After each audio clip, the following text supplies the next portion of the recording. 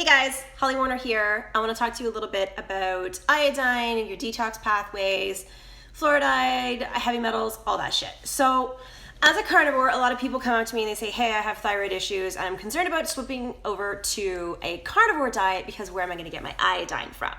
Well, let me tell you, beef has iodine. Also, so do eggs. What's up, folks? Get your egg yolks. Yeah, that's right, that rhymed. I'm awesome. Yes, beef contains iodine. Your thyroid needs iodine, but we also need to support our detox pathways. And no, that doesn't mean have more fiber, folks.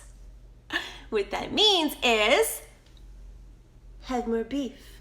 Okay, no, but seriously though, it means watching out for the heavy metals. Let that sink in for a second. Where do these heavy metals come from? Okay, so iodine binds to the thyroid receptors. And you need it. It's very important. However, if you're in a hot tub, you're going swimming, you're breathing, you have aluminum fillings, these Mercury fillings, like our heavy metal, you eat fish, our heavy metals are everywhere. And we're exposed to it in our drinking water. We've got this fluoride and chloride and other nasties. I'm missing one. What am I missing? It's a halide ion and I'm missing it. Bromide, chlorine, fluoride. Bromide, hot tubs. That's not a healthier option. So these three also bind to your thyroid receptors and they compete with each other. So you've got iodine, but then you've got the bromide from your hot tub and the chlorine and the fluoride from your drinking water. And they're gonna compete with the iodine. They're gonna bind to your thyroid receptor before the iodine can, and then you're squizzled. So you gotta make sure that you're cleaning up your drinking water. Please watch the hot tub usage. I know it sucks. Don't shoot the messenger. What else am I missing here? Oh, did you know that 30% of the iodine in your egg yolks, people, don't leave them out, is bioavailable? That's a pretty high bioavailability when it comes to stuff like that. And I mean, it's also in your beef. So if you're one of those saltwater beef people on carnivore, you're super strict, you're still gonna be getting your iodine. Just please make sure that that water you're sucking back doesn't have fluoride in it. Watch the chloride. Filter the shit out of that fucker. What else? Okay, so parasites and heavy metals, those go together as well. Whole other ball game. We can talk about that in another video.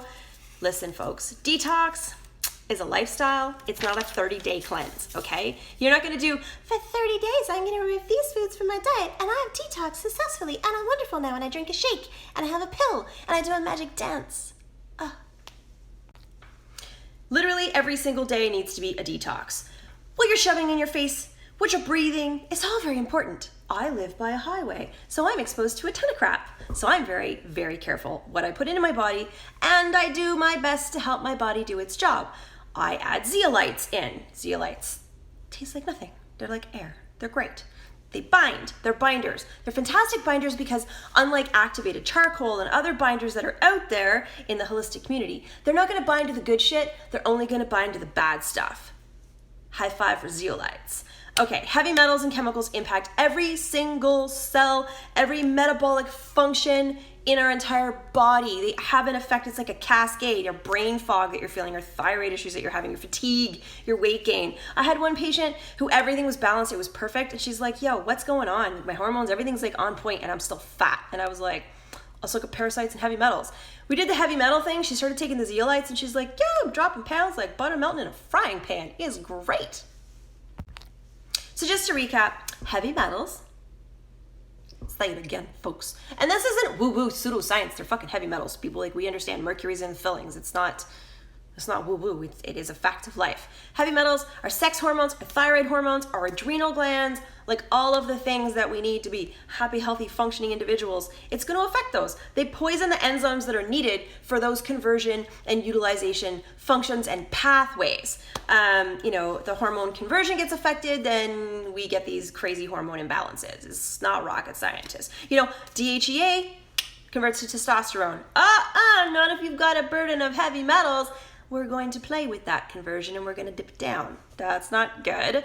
Our estrogens, we're converting them to, good estrogens. We want to make sure we're not converting too much to the bad ones. So the good ones, 2-hydroxyestrogen. The bad ones, the 4 and the 16.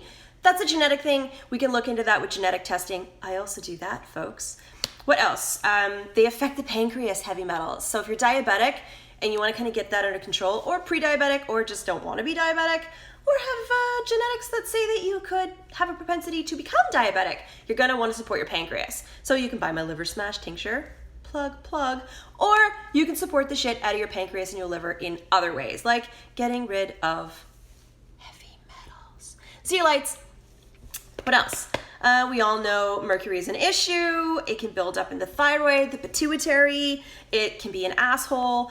It's not even one of the worst ones. There's other ones that are actually worse, but it just mucks with all of the different functions that we have within the body. Chronic yeast infections tend to be, and gut infections tend to be because we have too many of the heavy metals. So again, alleviate the heavy metal issue and that kind of goes away. Toxic copper or overburden of the copper is typically a zinc and copper imbalance. That's another podcast as well. However, you want to make sure that you note, if you're a ginger like me, you're going to absorb way more copper, which means you're going to be low in zinc. So for me, my ratio is going to look a little bit different than the average bear. I'm going to probably want to have a little bit more zinc in my diet than copper because my body's going to pull that copper, and I'm going to end up with copper toxicity and imbalance for my copper. You can test for that. I like to do tissue testing, which means RBC on your blood work rather than serum. This hair mineral shit, some people love it. Don't get me wrong. If that's your jam, go for it. It is not mine. I do not do it, whatever. So fluoride, iodine, bromide, chlorine, they all compete for your thyroid receptors, your T4, your T3, they need this. T4, 4 molecules, 4 of them. Your T3, 3 molecules, 3 of them. Of what? Iodine. So you really want to make sure that you've got enough iodine because it needs those for the functions. Watch the chlorinated water, get your filtered water, buy stream water, whatever you want to, make sure you're getting enough iodine. I don't recommend typically supplementing with it unless you're testing to see where your levels are at. I just don't. Egg yolks have a good amount in them. So I like making sure that I get enough egg yolks. I usually do 4 eggs at a time so I get all of the things balanced that the body needs. We need iodine for our breast tissue. Boys, if you want to play with the boobies, a girl's got to have healthy ones that don't hurt. Iodine is needed for that. It also protects against polycystic breast ickiness, which makes them sore as fuck. And who doesn't want to play with titties? So we can do some DNA testing to see about your utilization of iodine.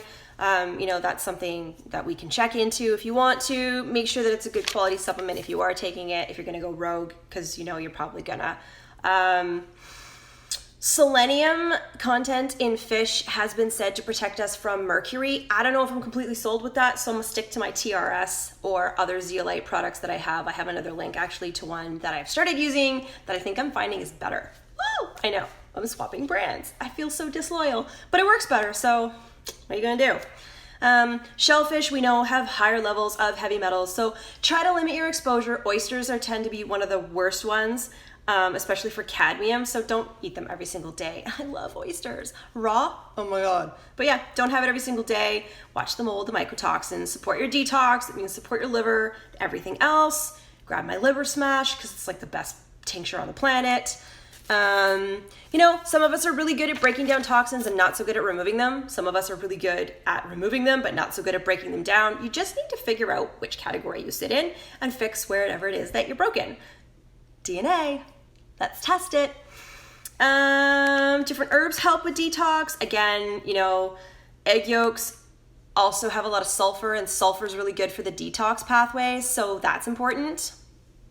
A lot of people talk about sulforaphane, they supplement with it, or it's in broccoli sprouts. I'm carnivore, I'm not eating sprouted fucking nothing. I'm eating beef. So you want to make sure you're getting in your egg yolks if you're carnivore like me. Super important because that sulfur helps that whole detox pathway stuff. Okay, so to wrap it up, I guess what I'm telling you to do is eat more beef and make sure that when you're having eggs, don't do just the egg yolks. Eat your egg whites and yolks together. And don't throw out the egg yolks and go for just the egg whites because that's like 1980s folks and 2019 called and they want their logic back. So this is me dropping truth bombs. And hi to the vegan haters, because I'm sure you're gonna troll the shit out of this video, but I don't give a fuck, because you know what? You're vegans and you're angry and life sucks for you. And us carnivores are gonna love it. So yay, go eat a steak. Your brain will thank you.